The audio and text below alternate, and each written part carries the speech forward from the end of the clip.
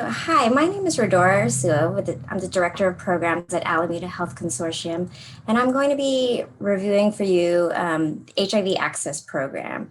And this is geared for staff at health centers who are part of our network, who are new to Ryan White and HIV ACCESS, so you have a better understanding of both the administrative and the fiscal and clinical aspects of HIV ACCESS.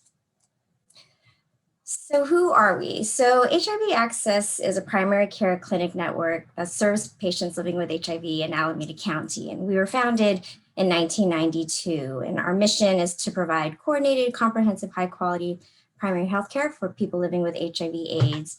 And the whole goal of this program is to ensure early access to treatment. We're addressing health disparities and trying to reduce the spread of HIV. And the HIV Access Program is funded by the Ryan White HIV/AIDS program, particularly the Part C funding mechanism, which I'll explain in a little bit. So who do we represent? On an annual basis, our network serves about 1,300 patients living with HIV/AIDS. And there are 5 agencies that are part of this network. We've got Bay Area Community Health, who is the main recipient of this contract. And Bay Area Community Health is also a provider, one of the 5 providers in this network. We also have Asian Health Services, La Clínica de la Raza, Lifelong Medical Care, and Alameda Health System.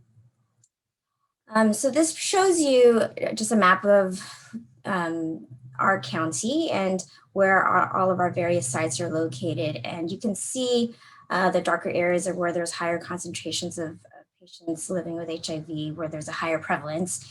And you can see that many of our sites are located in these areas that experience disparities in HIV. And so we're all throughout the county. From the north, we've got Lifelong Medical Care, down to the South Bay, where we have Bay Area Community Health. But several of our sites are concentrated in Oakland, where there's a high prevalence of HIV. When you look at the 5 different funding mechanisms in the Ryan White HIV/AIDS program, you'll see the description here from parts A, B, C, D, and F. And so part A, for instance, funds metropolitan areas hardest hit by the epidemic. So in our county, the Alameda County Public Health Department, specifically the Office of HIV Care, receives Part A funding, and Part B goes to states, and Part C is what I'll be speaking mostly about today, which are for early intervention services. Part D specifically funds programs for children, infant, youth, and women living with HIV. And Part F tends to fund training centers. So in our county, it funds the UCSF Pacific AIDS Education Training Centers. So just to give you a visual of what that looks like, in our county, as I mentioned, Part A funds the county's health departments. Part B goes to the California Department of Public Health. C, the main recipient is Bay Area Community Health, formerly Tri-City Community Health Center. Part D actually goes to the Children's Hospital of Oakland, UCSF Benioff Children's Hospital, and Part F goes to UCSF. And how that funnels to the community health centers is this way. So we, for Part A, our agency, Alameda Health Consortium, receives a subcontract from the County Office of HIV Care, and that funds our HIV dental program, which is our dental services for patients living with HIV. And that in turn, we in turn subcontract Alameda Health System and several community health centers. Many of our sites also receive Part B funding to do medical case management, mental health, and other support services. And that funding passes through the county health department and the state. Today, we'll be focusing on HIV access. And then UCSF funds several of our centers for the women, children, and youth HIV services. And many of the trainings that a lot of our sites are able to avail of come from the AIDS Education Training Center. So to just give you a little overview of our Ryan White Part A program, which is our HIV dental care program, also known as the CARE program. That involves 7 community-based primary care clinics, and you'll see them listed below. And this is intended to provide oral health services to people living with HIV in Alameda County. And on an annual basis, on a typical year, we would provide about 1,360 dental visits or units of service to about 348 clients. Of course, this past year with COVID, that really hit our clinics hard and they weren't able to provide as many visits, but in a usual typical year, this is what we've served. This is the amount of patients that we've served. And our agency, Alameda Health Consortium, provides program management and fiscal oversight, but the main service providers are these clinics listed below. As far as the infrastructure for HIV Access, which is again is a Part C program, Bay Area Community Health is the main recipient from Ursua, and Bay Area Community Health serves as the fiscal agent. And as I mentioned, they are also a direct service provider. Our role at Alameda Health Consortium, we are a subrecipient of this grant, but then we're responsible for a lot of the program coordination, including the clinical quality management of this grant. And then the 4 other health centers, Alameda Health System, Asian Health Services, La Clinica, and Lifelong, are also subrecipients and the direct service providers. As far as who makes up our core team, so I, as the director of programs, handle a lot of the contract management and budget allocations, and serve as a liaison with our funder, and just kind of help ensure that things are in compliance.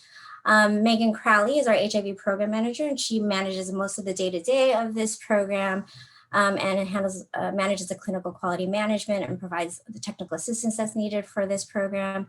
Dr. Sophie Wong is our HIV Access Medical Director, and so as a clinician and someone who's been working in HIV for decades, she provides a lot of support to our health centers to ensure that they have the technical assistance that they need and are up to date with clinical guidelines on the treatment of HIV. And as far as the Bay Area Community Health context, Trina Monterola is the Director of Finance, and Grace Bose is their staff accountant. And so they are who manage the fiscal aspects of this grant and ensure that invoices are processed, and they take care of the financial report that's due to our funder each year. And so as far as funding is concerned, our budget period for Ryan White Part C is a January to December budget period. And so we determine the funding allocations based on the population size of patients living with HIV that are served by each HIV access site from the previous year. And then we also take into account the number of visits that each site had for uninsured and health pack patients in the previous year. Some sites also receive a little bit of a budget for mental health services under the Part C grant. And then there's also a pay for performance project that happens each year. And Megan, our program manager, will say a little bit more about that. So all of these different things are what determine the funding allocations for each subrecipient's contract. As far as reporting and monitoring that's done for this project, we have several different reports that are due to our funder each year. So the Ryan White Services report, specifically the provider services report, are what each site is responsible for putting together throughout the year. And I'll say a little bit more about that in a second, but in a typical year, we would have a progress report that's due, and usually it's a non-competitive progress report that shares with our funder how we've done on all our various deliverables. But every 3 years, instead of a non-competitive report, we would have a renewal application to renew the grant. And so because of COVID, that got pushed back a year. We'll be putting that together in 2021.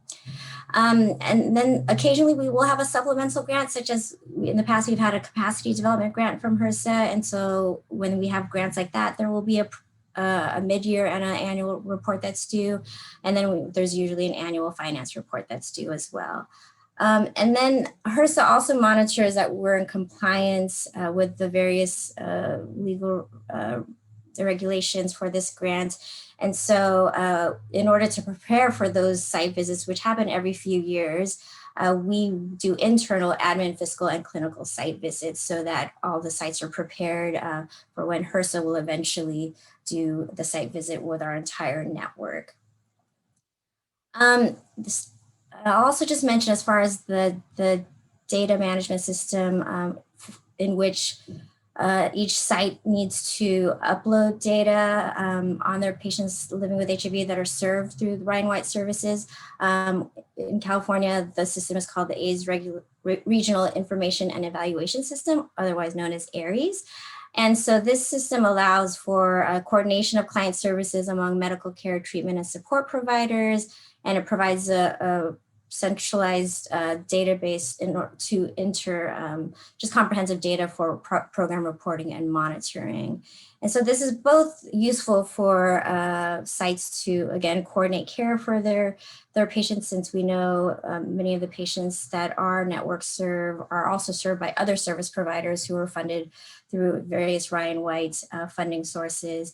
But then the data that is entered into ARIES is also what gets connected to the Ryan White Services report that is ultimately submitted to HRSA. So as far as that Ryan White Services provider report, this is usually due in March. And the goal as far as ensuring data quality, completeness for the Ryan White Services report means that for these 6 particular client level data elements, the goal is to have at least 90% complete values for these 6 elements. So that's federal poverty level, health insurance status, HIV risk factor, housing status, viral load, and antiretroviral therapy. And there's various, for folks to get oriented on how to complete the Ryan White Services provider report, there's various training modules that are available on the Target HIV website. And so we can share that with you all when it's time for you to get trained on that. And then just very quickly, as far as our administrative fiscal site visit, so this will be conducted by both myself as a director of programs at Alameda Health Consortium and our fiscal leadership at Bay Area Community Health, Trina and Grace. And so these are the various elements that HRSA looks for when they do a site visit with us. As far as the administrative side, they're looking at things around administrative structure and management, data reporting, the system coordination and accessibility and confidentiality. As far as fiscal elements, they're looking at how the use of grant funds is being, or how grant funds are being used, just policies around fiscal management and oversight. They'll look at things related to third-party reimbursement and imposition of charges for services. And when it comes time to do these site visits, we'll provide you all with the specific tools and checklists that are needed to ensure that this is a really smooth site visit and that we're just ultimately prepared for the site visit that will be conducted by HRSA. So now I'll transition to Megan Crowley, who will say a little bit more about the clinical quality management piece. So I'm Megan Crowley. I'm the HIV Program Manager, and I work with Rhodora at the Alameda Health Consortium. And my primary responsibility is coordinating HIV ACCESS's clinical quality management program. So just to follow up on what Rhodora shared around the overall infrastructure, I wanted to share a few points about our expectations for the program and grant manager at each HIV Access Network site. So first of all, we hope all program and grant managers will work with their care teams and other relevant staff to ensure all deliverables are met and reports are completed. That you will also ensure clinicians and care team members are able to participate in meetings and trainings and other activities as required or as needed or for learning experiences, whatever the reason. And also that you will participate in monthly check-in calls. Typically those calls are with me, but they may be with Dr. Wong or with Rhodora, depending on the circumstances. To review our HIV Access meeting infrastructure, we have 4 quarterly meetings per year. 2 of those meetings are program meetings, and 2 of those meetings are clinical quality management meetings. Those take place on the 2nd Tuesdays of each month, February, May, August, and November. We alternate between program meetings and clinical quality management meetings. And then we hold monthly check-ins with each program or grant manager that are scheduled typically with me based on our availability. And then occasionally there are other meetings that come up, but not very often. Our quarterly meetings in particular are a great opportunity for peer learning. So we do encourage any care team members to attend, although program and grant managers should attend all 4 meetings. And for clinical quality management meetings, at least one clinician from each agency should attend. Now I'll get into the details of the clinical quality management program. We have a few components. First of all, we have our quarterly quality management reports. We have our annual pay for performance initiative. We have coordination of consumer involvement, which is a HRSA requirement. We also, every other year, do an HIV disparities analysis for our network and for each individual site. And also every other year, we do clinical site visits. The QM reports happen quarterly, and you can see on your screen an example of one of our dashboards. So each quarter, the program staff at each site will either submit data to me or they will review and validate data in the Tableau system, which is coordinated by Alameda Health Consortium and Community Health Center Network. You will also submit your linkage spreadsheet, which is manually tracked on a quarterly basis, typically about a month after the end of each quarter. The Pay for Performance initiative is focused in January and July.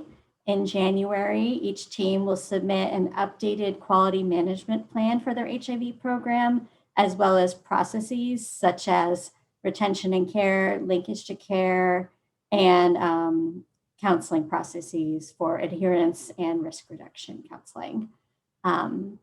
Then, in addition to that, you'll submit plans for 1 to 2 quality improvement projects that you plan to work on at minimum for the first half of the year. Then in July, you will submit documentation summarizing progress on your projects and also provide follow-up measurements for any goals you set in the January submission. So just to review the consumer involvement requirement, this is a term used by HRSA. Basically, it refers to patient engagement in the program. So not just engagement in their own care, but in the program itself, including quality management. So all Ryan White program recipients are required to engage people living with HIV and AIDS in consumer involvement activities. Take the form of surveys, focus groups, interviews, potentially including clients in team meetings that you have on site or calls you have. So we at HIV ACCESS do not dictate what you do for consumer involvement, but we do ask you to summarize it each year. So you will share your plans for the upcoming year in your HIV quality plan, and then you will provide updates on what you did the previous year at the beginning of each year. So one other thing to note about consumer involvement is that it is not sufficient to simply do the activities. You must also demonstrate and document that you are reviewing the results from your activities and incorporating them into your programs as appropriate. So for instance, if you get a particular piece of feedback from clients that is within your power to change, then you would document what you did to address that problem on a programmatic level. So we strongly encourage you to think ahead about this and to make clear documentation during the full course of your consumer involvement activities so that you're not scrambling at the end of the year for documentation. Every other year, HIV ACCESS conducts a disparities analysis using primarily electronic health record data. So the purpose of the disparities analysis is to highlight potential disparities for specific subpopulations of people living with HIV and AIDS, both as a network and at individual sites. So we tend to look at both retention and care and viral load suppression for various subpopulations, such as specific racial or ethnic groups, specific genders, specific age groups, patients experiencing homelessness, et cetera. And the goal of doing this analysis is to identify opportunities for intervention to address these disparities. So we conduct the analyses using the raw demographic and performance data, and then sites are responsible for providing the data if it isn't already available through Community Health Center Network's access to your EPIC systems, and for reviewing the disparities data once the analysis is completed and identifying action steps to address disparities when feasible. Also, every other year, Dr. Sophie Wong and I conduct clinical site visits. The purpose of these visits is to fulfill our program monitoring requirements and also to identify opportunities for improvement and technical assistance needs at the site level. These also serve as a test run for the clinical component of our HRSA Ryan White Part C federal site visit. The site visits include 3 elements: a meeting/interview with the whole HIV team at your agency, a review of relevant documents, and a short chart audit. Typically, that's 10 patient charts randomly selected that we look at. And I want to stress that clinical site visits are intended to be constructive and not punitive. So the whole goal is to identify opportunities and make sure you have the support you need to meet requirements. So that's all I had for you today. If you have any questions, you can feel free to contact me at the email address on the screen. And we just really wanted to thank you for sitting through all of this. Please get in touch if you have any questions or comments. Thank you.